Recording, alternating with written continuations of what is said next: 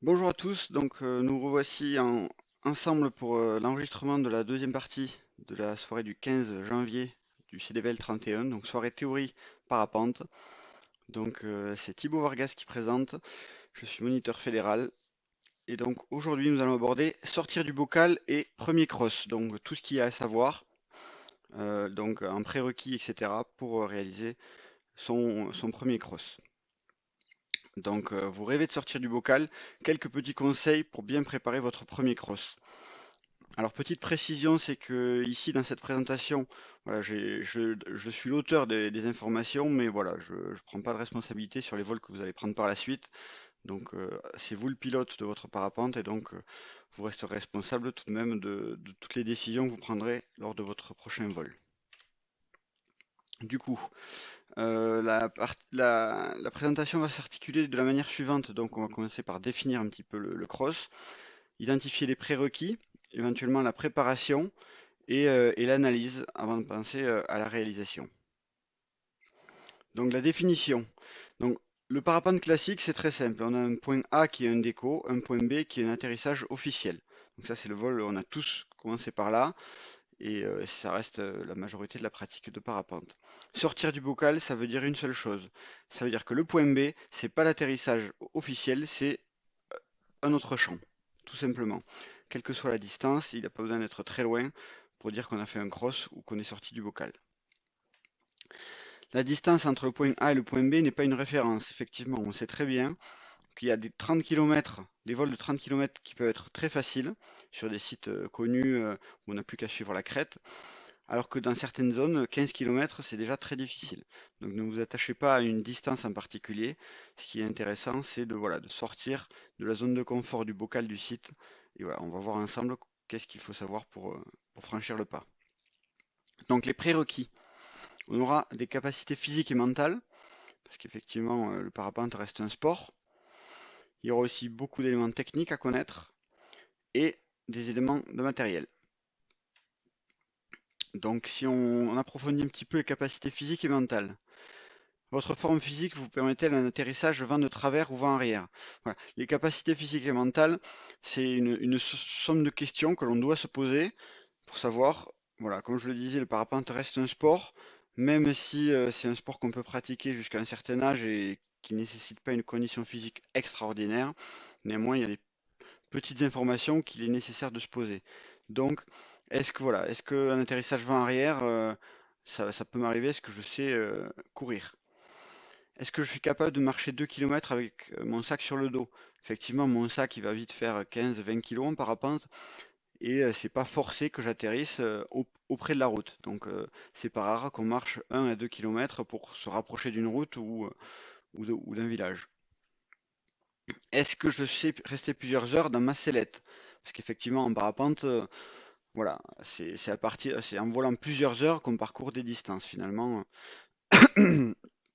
notre vitesse moyenne elle reste relativement lente, donc il faut être capable d'avoir voilà, l'endurance pour voler longtemps.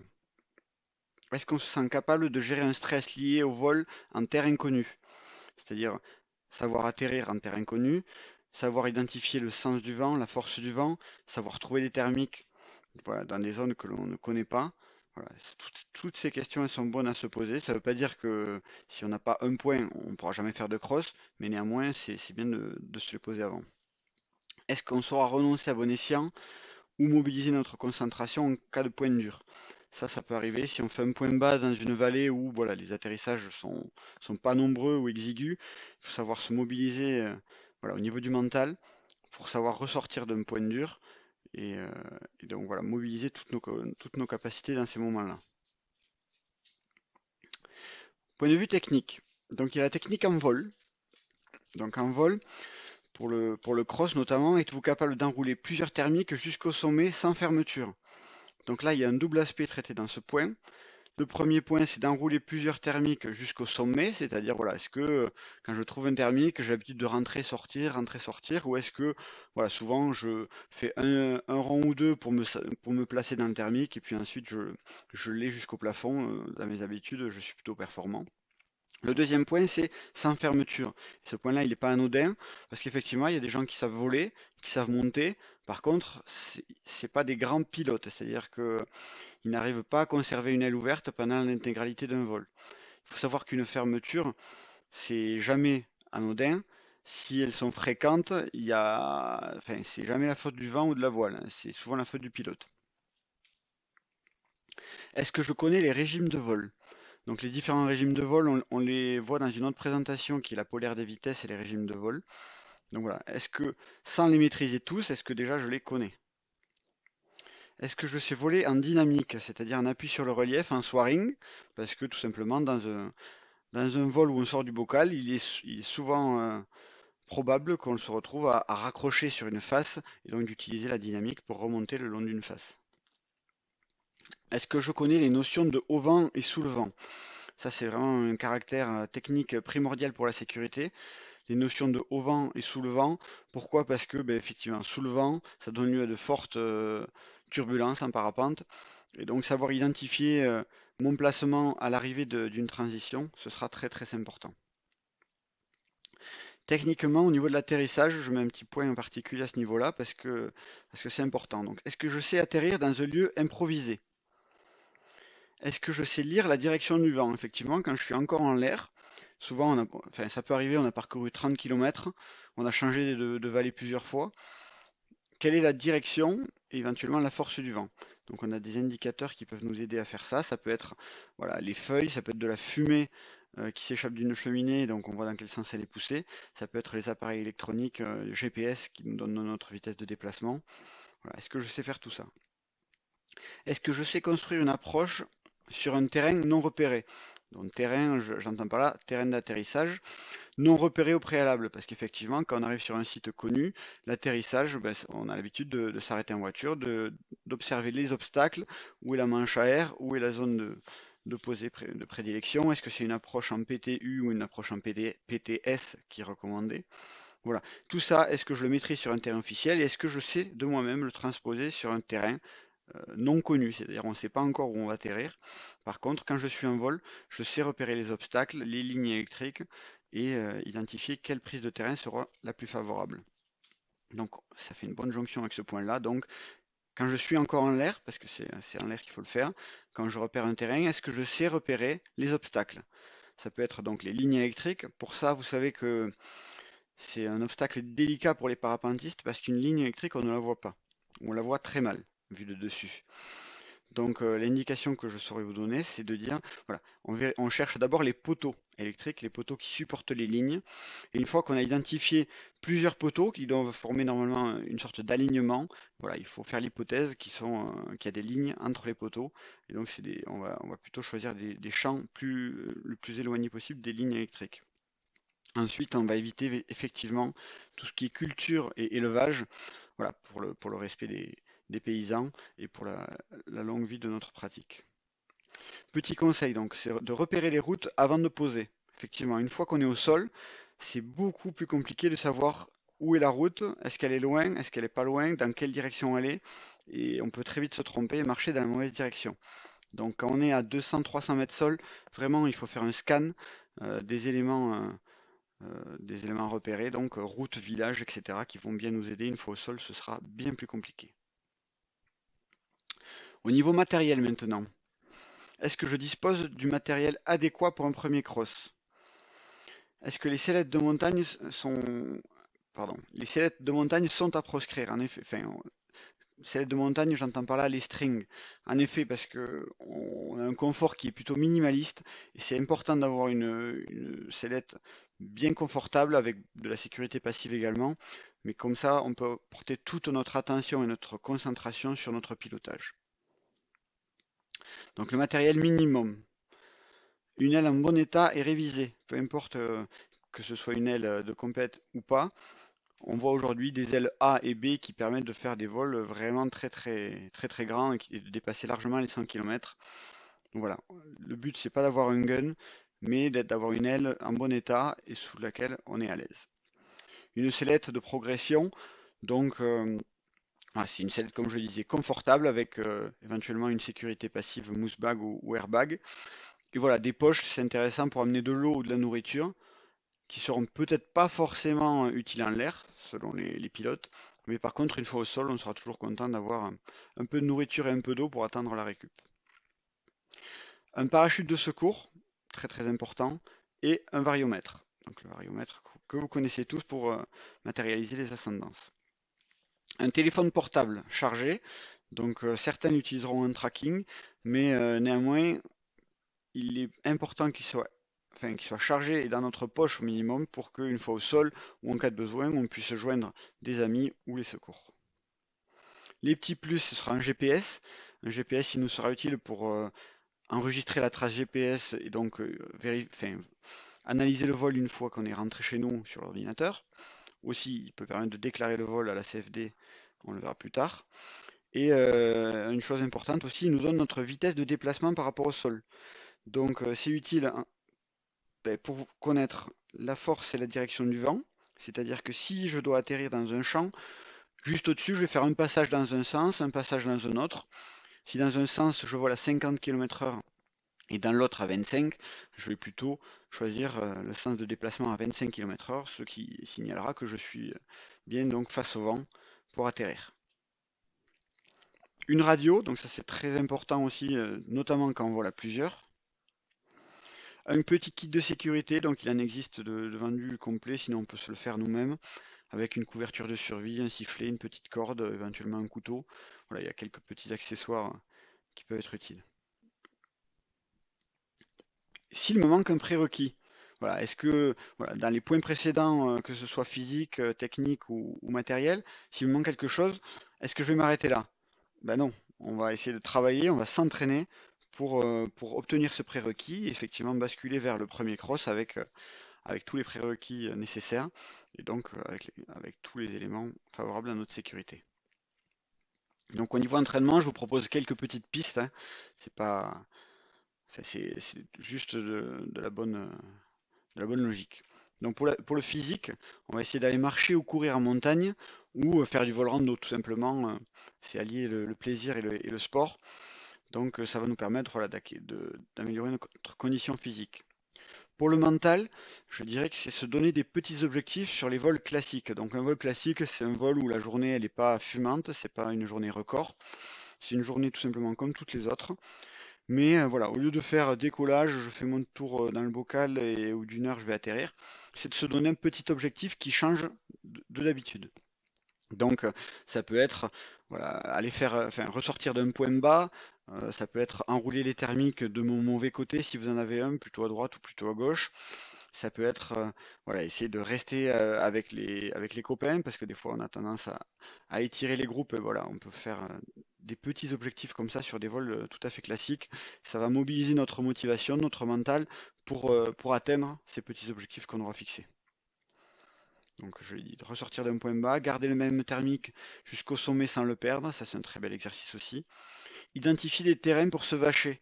C'est-à-dire que je suis en train de voler, même si c'est le bocal, eh ben, je regarde les terrains autres que l'atterrissage officiel et je regarde, voilà, est-ce qu'il y a des obstacles identifiables? Ça ne veut pas dire que je vais aller m'y poser forcément, mais prendre l'habitude de dire, voilà, j'ai un terrain ici, ok, je vole en sécurité.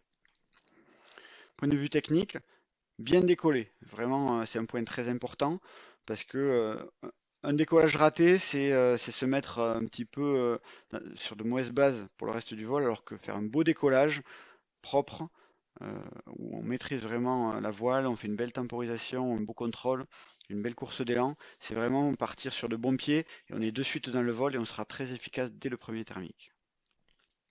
Être précis à l'atterrissage, ça c'est vraiment un point très très important parce que voilà, tous les vols que l'on fait, même sur terrain connu, même sur les terrains qui sont très très grands, parce qu'il en existe des sites où vraiment il y a des aérodromes proposés, c'est important de se mettre un objectif de cible à viser, donc pour être précis autour de cette cible.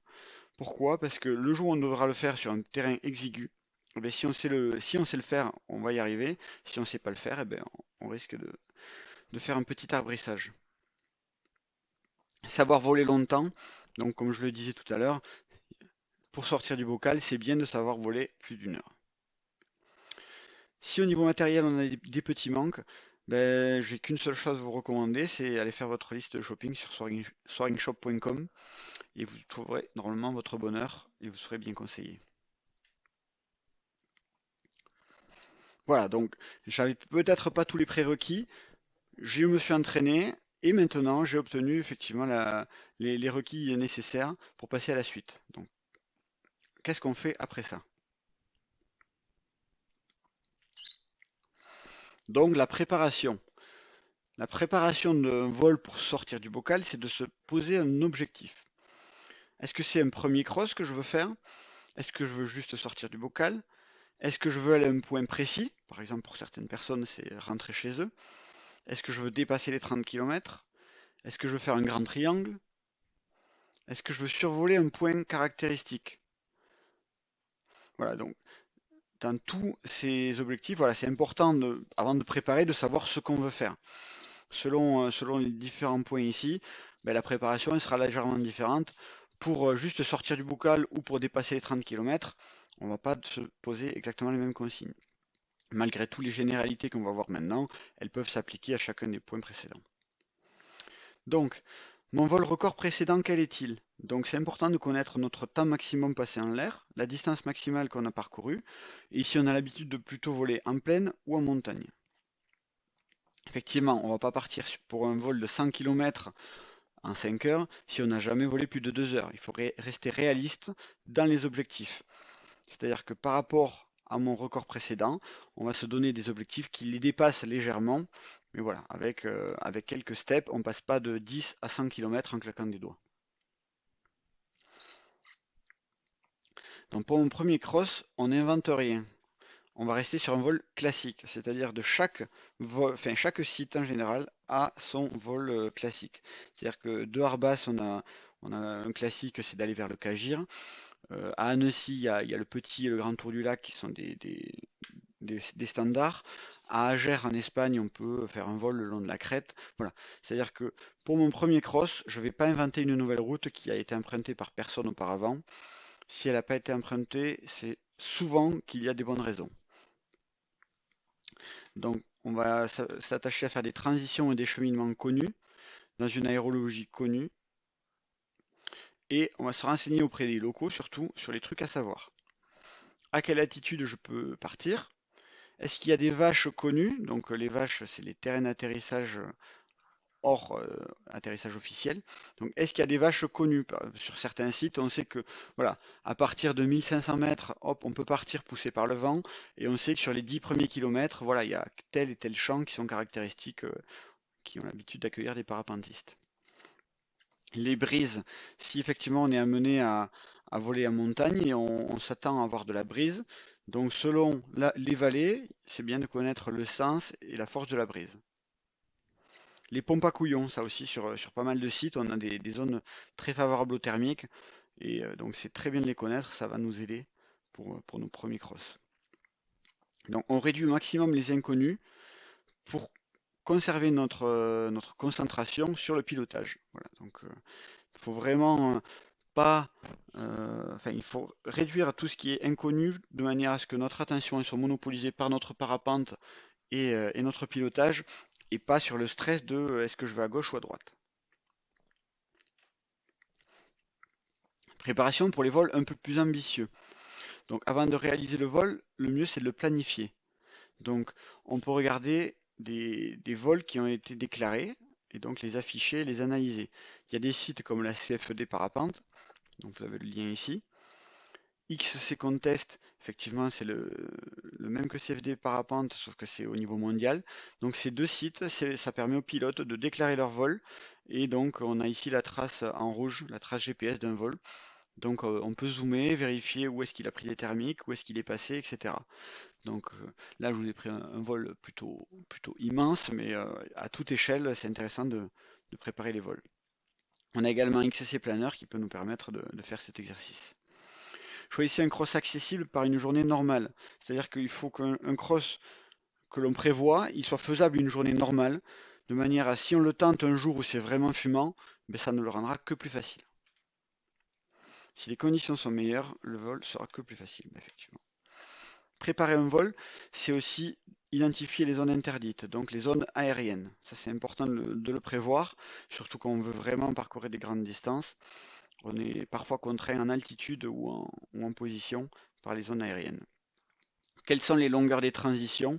Ça, encore une fois, c'est auprès des locaux qui vont nous informer de toutes les caractéristiques des transitions qu'on va rencontrer. À quelle altitude je dois quitter un thermique pour assurer une transition? Voilà, donc ça c'est toujours sur le même sujet. Donc si je fais une route qui est connue, avec mon aile, un pilote local, il va pouvoir me dire, ok, si tu fais 2000 à ce point-là, là tu peux partir, etc.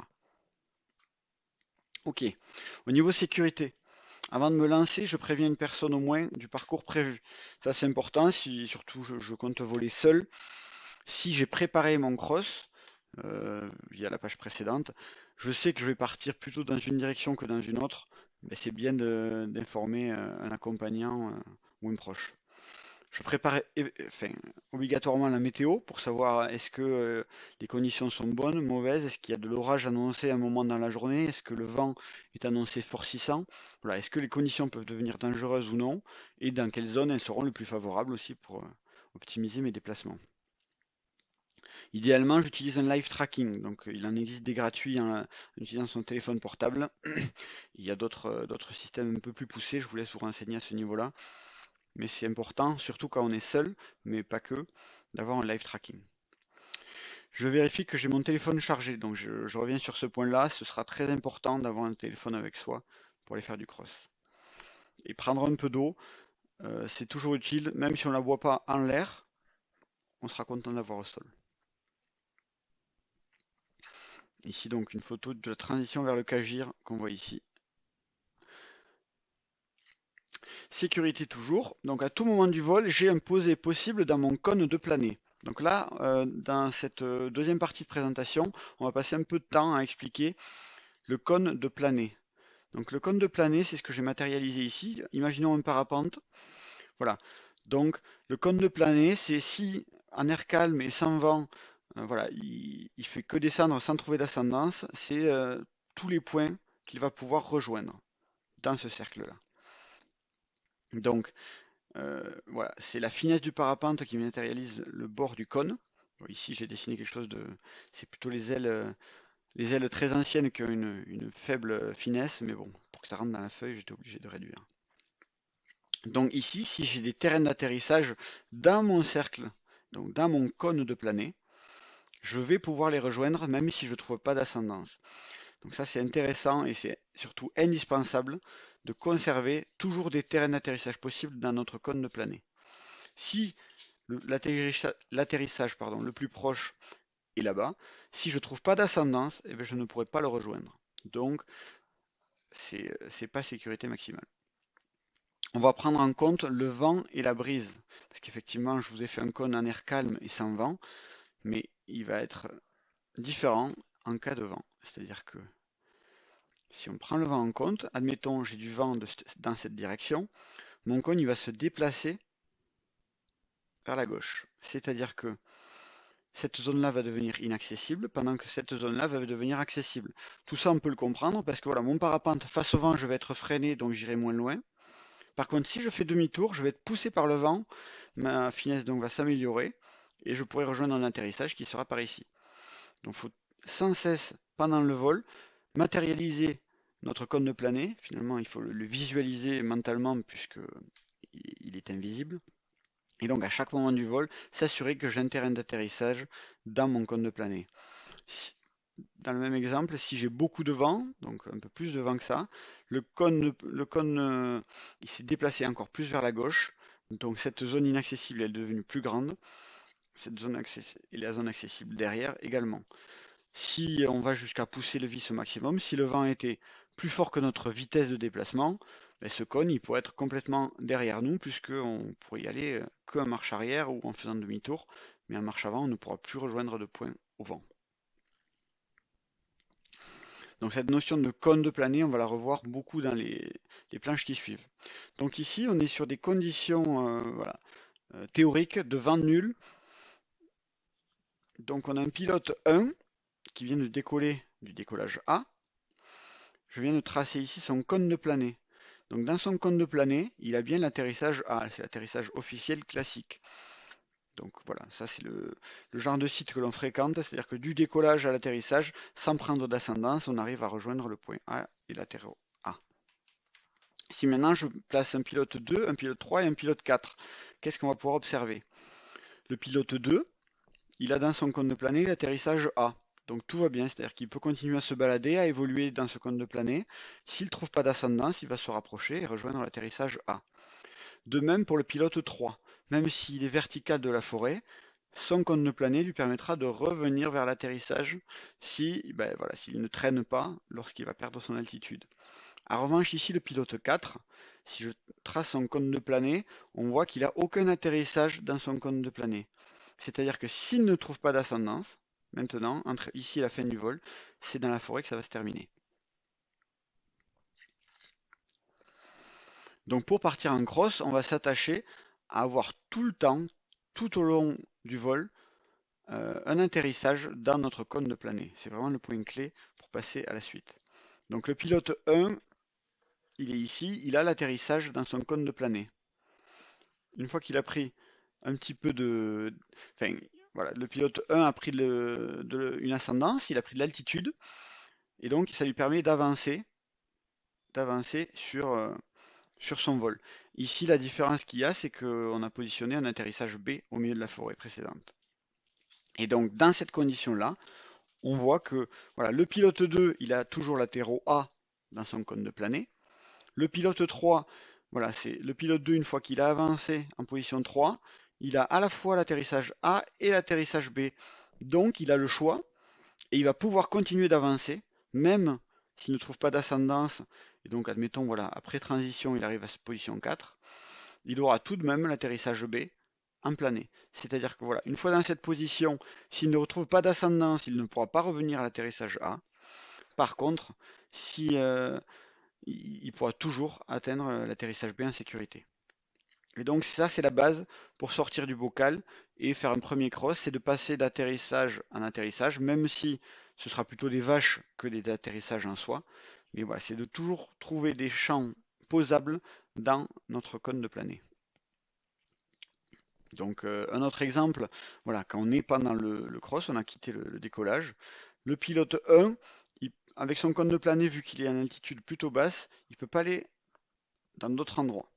Par contre, il trouve un thermique, il va prendre de l'altitude, il va rejoindre ce point-là. Si je retrace ce cône de planée, voilà, il a l'atterrissage B, donc un autre champ posable dans son cône de planée. Donc là, il peut prendre l'initiative de faire une transition. Donc on va transiter, on va arriver au-dessus de l'atterrissage B. Le cône de planée est validé au niveau de l'atterrissage B. Il va chercher une autre ascendance ici. Donc s'il n'en trouve pas, il pose ici. Et s'il en trouve une, ce qu'il va faire, voilà, on enroule notre thermique et on reprend de l'altitude. Une fois dans cette nouvelle position, plus en altitude, on reanalyse notre cône de planée et on observe que l'atterrissage C rentre dans mon cône de planée. Ce qui va donc m'autoriser à enchaîner une autre transition. Une fois au-dessus de l'atterrissage C, si je ne trouve pas de thermique ou d'ascendance, je vais poser l'atterrissage C en sécurité. Si j'arrive à trouver une autre ascendance, le vol va se poursuivre et c'est un cycle qui se répète, qui se répète et qui se répète. Ce qui est important de retenir, c'est qu'à tout moment du vol, vraiment j'insiste là-dessus, on va conserver au moins un champ dans notre cône de planée. Encore une fois, ici c'est une simulation par vent nul, mais voilà, l'expérience, c'est de prendre en compte aussi le vent qui va être soit de face, soit d'une autre direction, mais de prendre en compte la direction et la force du vent pour identifier notre cône de planée qui est finalement totalement virtuel. Un autre exemple pour passer une montagne. Notre pilote 1 a l'atterrissage A dans son cône de planée.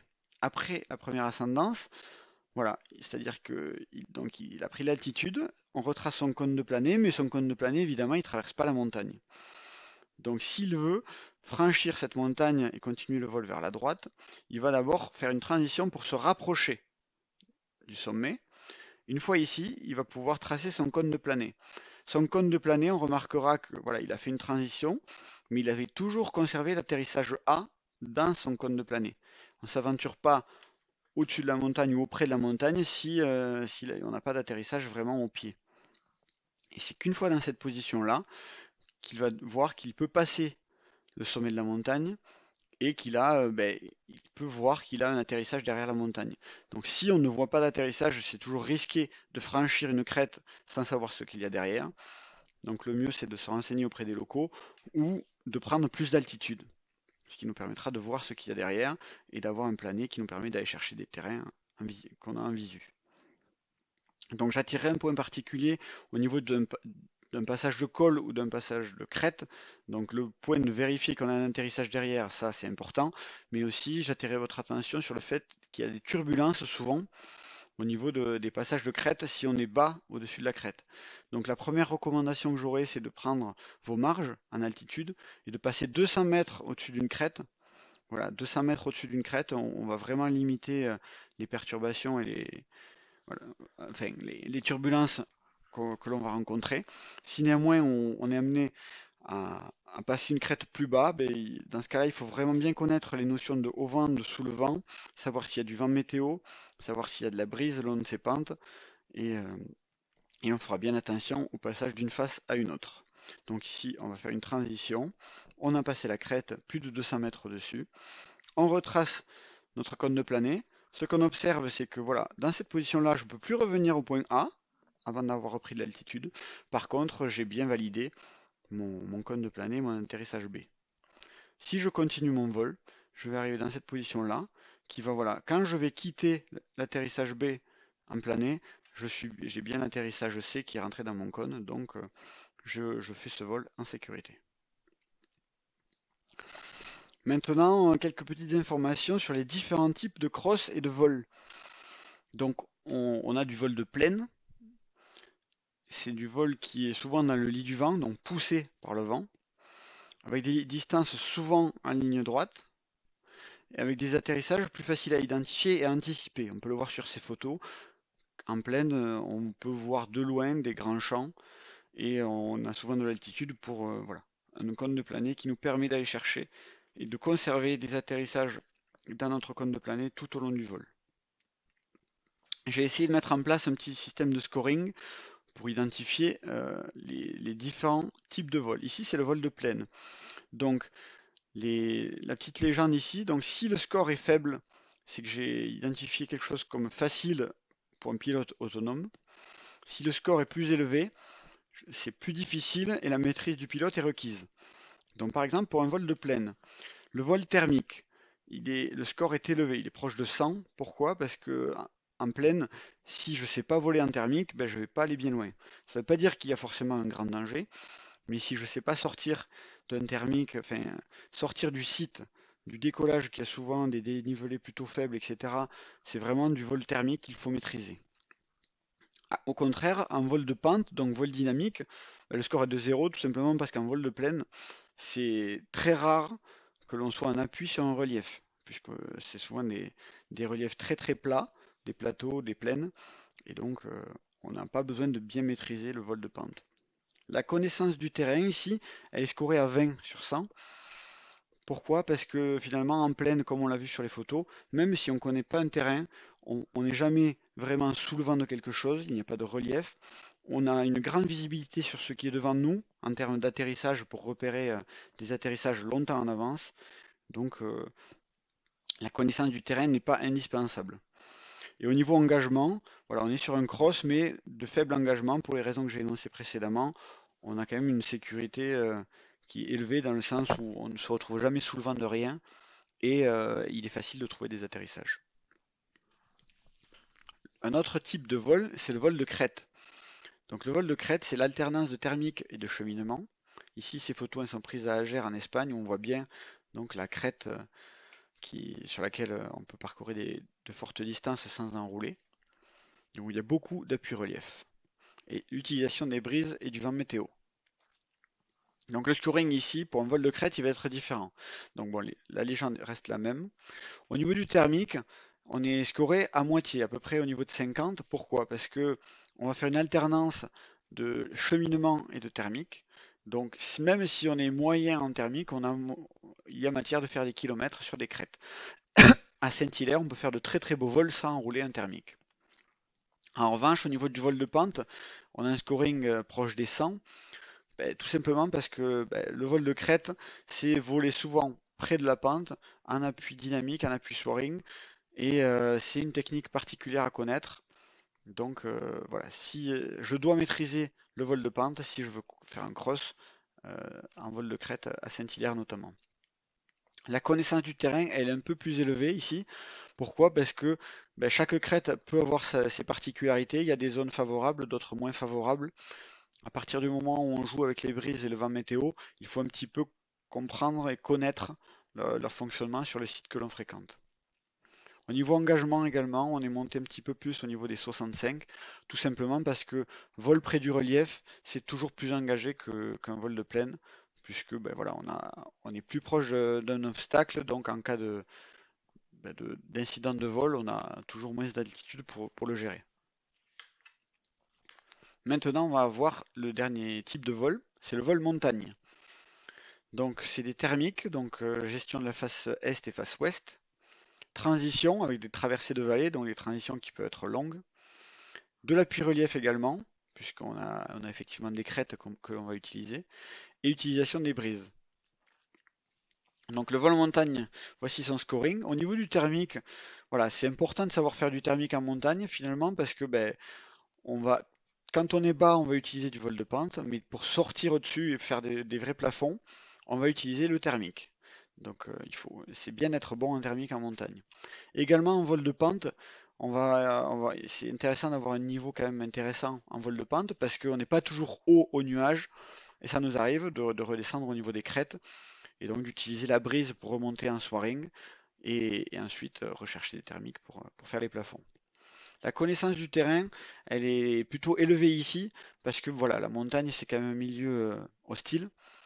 Donc c'est très important de connaître à la fois la météo annoncée le jour et voilà, et le terrain de chaque caractéristique de chaque vallée que l'on compte traverser. Parce que voilà, il y a certaines vallées que l'on fréquente, d'autres moins, et il y a souvent des raisons. Et donc il y a certaines faces sur lesquelles on peut s'aventurer et d'autres un peu moins. Et donc le vol montagne reste au niveau engagement pilote le, voilà, le plus élevé, puisqu'on va souvent dans des endroits hostiles, un peu escarpés, loin des routes, etc. Et donc avec des aérologies qui peuvent être parfois assez turbulentes. Voilà, donc là c'est la superposition des trois scorings. Donc voilà, je vous laisserai le revoir. On voit en bleu le vol de plaine, en orange le vol de crête et en gris le vol montagne. Donc on voit les trois niveaux d'engagement clairement. Tout ça pour ce qu'on peut en retenir, c'est que si je suis pas à l'aise sur du vol montagne, il vaut mieux que mon premier cross, j'aille le faire sur de la plaine, tout simplement. Parce que c'est là où on a un niveau d'engagement plus réduit, on a la sécurité passive la plus accessible, le plus d'altitude, etc. Donc c'est vraiment le vol de plaine qui est le plus simple à apprivoiser au début. Donc les quelques conseils complémentaires. Donc c'est que plus la journée est instable, plus le cross sera facile, mais il sera un peu plus stressant et plus fatigant, puisqu'il y aura plus de turbulences. Les thermiques forts, ils assurent des plafonds et faciliteront les transitions.